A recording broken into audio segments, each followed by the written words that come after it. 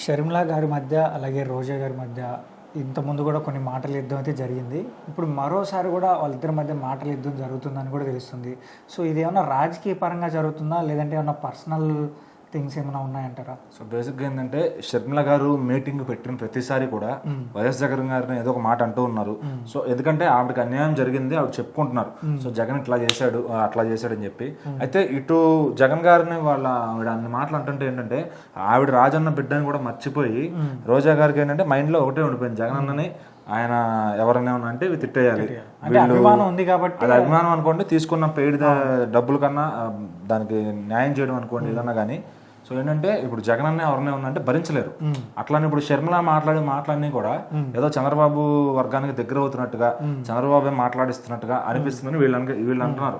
So ఏంటంటే ఆటోమేటిక్గా ఇప్పుడు జగన్ గారిని ఎవరైనా తిడుతుంటే వాళ్ళు చంద్రబాబుకో పవన్ కళ్యాణ్కో దగ్గర అవుతున్నట్టే చూస్తారు.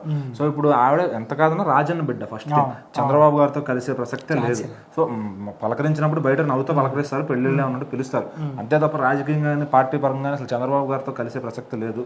సో ఆవిడ ఎవరన్నా అనుకున్నా కూడా అది పొరపాటే అవుతుంది. ఆవిడ ఏంటంటే ఇప్పుడు జగన్ గారిది సపోర్ట్ చేసి గెలిపించింది. సో జగన్ గారు ఆవిడకి అన్యాయం చేసినప్పుడు ఇటు రిటర్న్లో ఈవిడ ఏమంటుందంటే నాకు అన్యాయం జరిగింది, నా బిడ్డలకు వచ్చే ఆస్తి కూడా జగన్ తీసేసుకున్నాడు. ఆవిడ బాధ ఆవిడ చెప్పుకుంటున్నప్పుడు ఆవిడ జగన్ తిడుతున్నాడు అనుకుని వీళ్ళంతా ఫైర్ అవ్వడం. అందులోకి రోజా గారు అయితే చెప్పక్కర్లా, ఏదో జగన్ అన్నకి అన్యాయం జరిగిపోయినట్టు.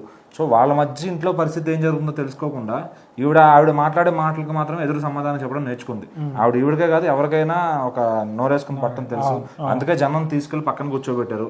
సో ఇదేంటంటే ఇంకా రోజా గారు ఇవన్నీ తగ్గించుకుని ఆవిడకు ఫ్యామిలీ ఉంది, ఆవిడ కావాలంటే సినిమాలు ఉన్నాయి, వెళ్ళి ఆవిడ రికమెండేషన్స్ చేసుకుని సినిమాల్లోనూ లేదంటే ఆ టీవీ షోలోనూ చేసుకుంటే మనశ్శాంతిగా ఉంటుంది. అంతే తప్ప వీళ్ళందరినీ మాట అనేసి రేపు జగన్ షర్మిల ఒకటైపోవచ్చు. ఆ రోజున మళ్ళీ ఈవిడ మాట్లాడిన మాట వెనక్కి తీసుకోగలుగుతుందా?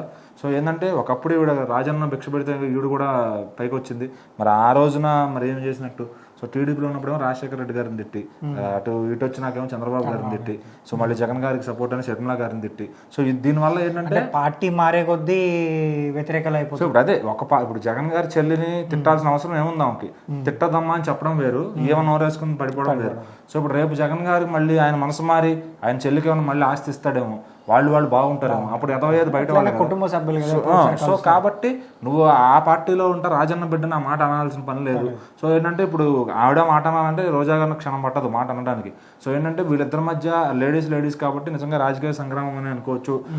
ఇప్పుడు ఆమె తగ్గదు ఏమో తగ్గదు కాబట్టి. సో మరి జగన్ గారు ఆల్రెడీ ఇంట్లో కూర్చున్నారు, లోటస్ పాండ్లో కూర్చున్నారు, మరి అక్కడ పబ్జీ ప్యాలెస్లో కూర్చున్నారో తెలియదు కానీ ఆయన ఒక ఇంట్లో కూర్చుని ఆయన ఏం చేయాలో అర్థం కాని పరిస్థితి. జనాల్లోకి వెళ్తే చీ కొడతారు, చెప్పులతో కూడా కొడతారు.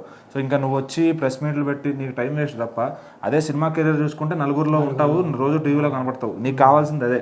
అది కాబట్టి నువ్వు వెళ్ళి ఆ టీవీలో కూర్చో, రోజు షోలు నీ జబర్దస్త్ కాదు ఇంకొక ఏదన్నా నవ్వించే షో ఒకటి పెట్టుకో.